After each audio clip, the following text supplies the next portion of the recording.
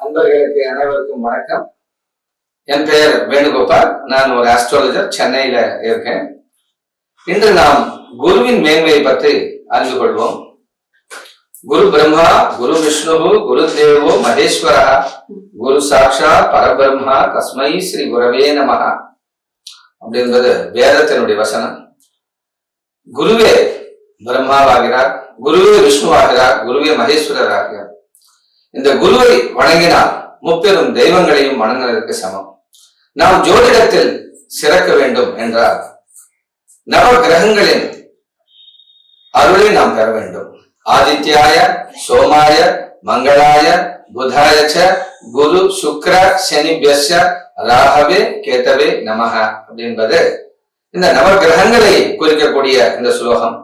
ஆதித்யாய சூரிய பகவான், சந்திரன், செவ்வாய், புதன், வியாழன் என்ற குரு பகவான், சுக்கிரன், சனி, நிழல் கிரகங்கள் என்று போற்றப்படும் ராகு கேத்துக்கள், இந்த 9 நவகிரகங்களும் பற்றி நாம் அவர்களுடைய அறிவையும் நுட்பமான விஷயங்களும் அவர்கள் நம்ம வாழ்க்கையில நம்மளுடைய பிறந்த ஜாதகத்துல எந்த நிலையில இருக்கிறாங்க, அவங்க நம்மளை எந்த அளவுக்கு உயர்த்தி விடுறாங்க, இல்ல யாரெல்லாம் இன்னல்கள் தராங்க, இப்பேற்பட்ட 9 கிரகங்களை பற்றிய ஞானத்தை நாம் சிறந்து பெற வேண்டும்.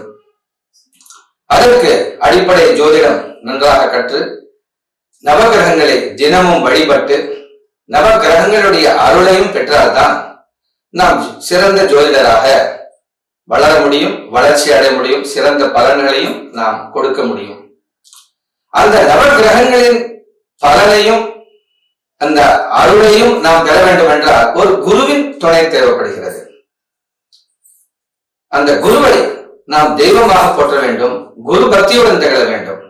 இன்று கல்வி என்பது ஒரு வியாபாரமாகிவிட்டது. நாம் ஃபீஸ் கட்டணும், அவர் சொல்லிக் கொடுக்கிறார் என்ற நிலை. அந்த காலத்திலே குருகுலம், குரு மேல் பக்தி, குருவுக்கு செய்யும் சேவகம் என்று அந்த 12 வருஷம் குருகுலத்துல இருந்து அவங்க உண்மையான கல்வியை கட்டுறாங்க. இன்றைக்கு மாதிரி நோட் பேடு, லேப்டாப்ல நோட்ஸ் எடுக்கிறது, அப்படியே வீடியோ எடுக்கிறது, அந்த காலத்துல அந்த சிஸ்டம் எல்லாம் கிடையாது. எது இருந்தாலும் காது வழியா கேட்டு எவ்வளவு விஷயமா இருந்தாலும் அதை ஞாபகம் வச்சுக்கிட்டு அவங்க சொல்லணும். இப்படி அனைத்து ஜோதிட ரகசியங்களும், அனைத்து புராணங்களும், வேத சாஸ்திரங்களும், புராணங்கள், இதிகாசங்கள் அனைத்தையும் அவங்க பிரெயின்ங்கிற கம்ப்யூட்டர்லயே போட்டு ஒருத்தர்ல இருந்து ஒருத்தர் ஜெனரேஷனா போச்சு. எப்படி இது சாத்தியமாச்சு? இதெல்லாம் குருவுடைய அருள் இருந்தால் தான் சாதிக்க முடியும்.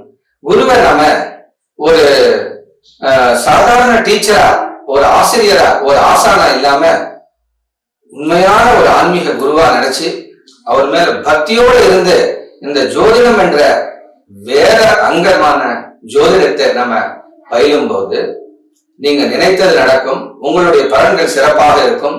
ஜோதிடம் என்பது என்ன? ஒருவருடைய வாழ்க்கையை அளக்கக்கூடிய ஒரு அளவுகோல், ஒரு கண்ணாடி என்று கூட சொல்லலாம். வரப்போகும் இன்ப துன்பங்களை சிறப்பாக விளக்கக்கூடியது இந்த நவகிரகங்களை அடக்கி ஆளும் அந்த ஜாதக சக்கரமாகும். அப்போ கிரகங்களுடைய நிலை என்ன பரிகாரங்களை செய்தால் வரப்போகும் துன்பங்களை நாம் எளிதாக தடுக்கலாம், தவிர்க்கலாம், அல்லது எளிமையாக்கலாம். தலைக்கு வந்தது தலைப்பாக, சிலதெல்லாம் நம்ம அனுபவிச்சு தீரணும்ன்ற ஒரு நிலை இருக்கும்.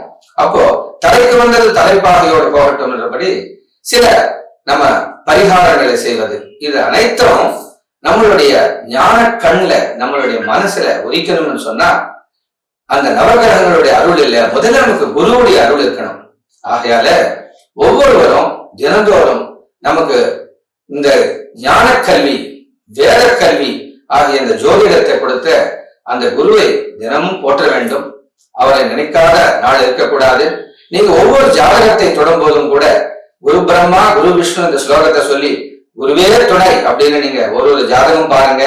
உங்களுடைய ஜாதகத்துறை எப்படி வளர்ச்சி அடையும்னு நீங்களே எங்களுக்கு ஃபீட்பேக் கொடுங்க.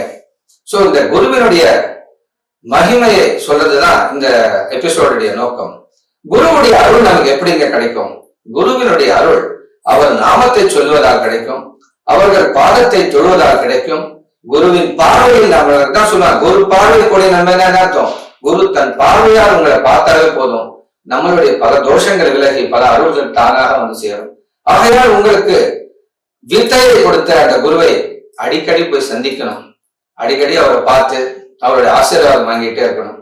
இப்படி நம்ம வாழ்க்கையில எண்ணிலா குருமார்கள் இருப்பாங்க. இது ஜோதிடத்தை பத்தி பேசுறேன். ஆனா உங்க வாழ்க்கையை நிர்மாணம் பண்ணும்போது சின்ன வயசுல இருந்து பாத்தீங்கன்னா எத்தனையோ ஆசிரியர்கள் குருமார்கள் உங்கள் வாழ்க்கையில இருப்பாங்க.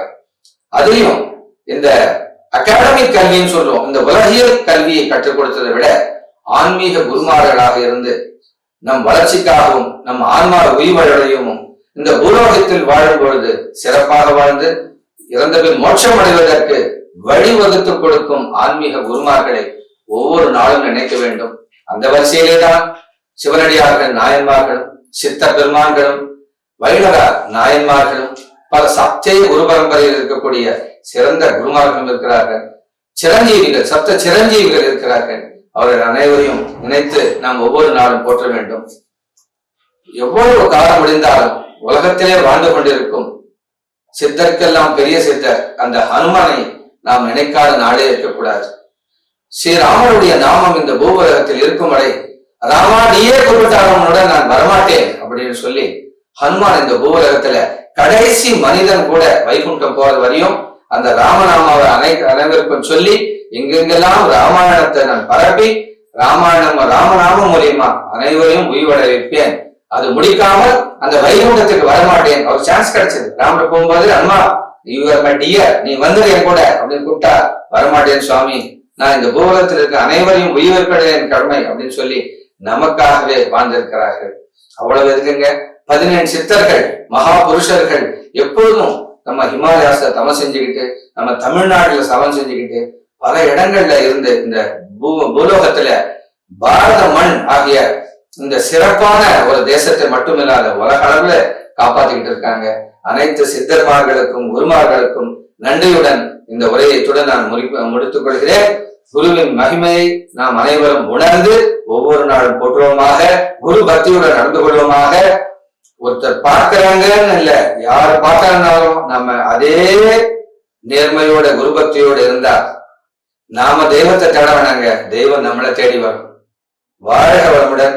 இத்துடன் இந்த உரையை முடித்துக் கொள்கிறேன். மீண்டும் அடுத்த பதிவில் சந்திப்போம். உங்கள் அன்பன் வேணுகோபால். என்னுடைய மொபைல் நம்பர் 8610169567. மீண்டும் சொல்றேன், 8610169567. உங்களுக்கு ஏதாவது கேள்விகள், ஆலோசனைகள், ஜோதிட ரீதியான தீர்வுகள், எந்த விதமான விஷயங்களா இருந்தாலும் நீங்க போன்ல கான்டாக்ட் பண்ணலாம், வாட்ஸ்அப் பண்ணலாம்.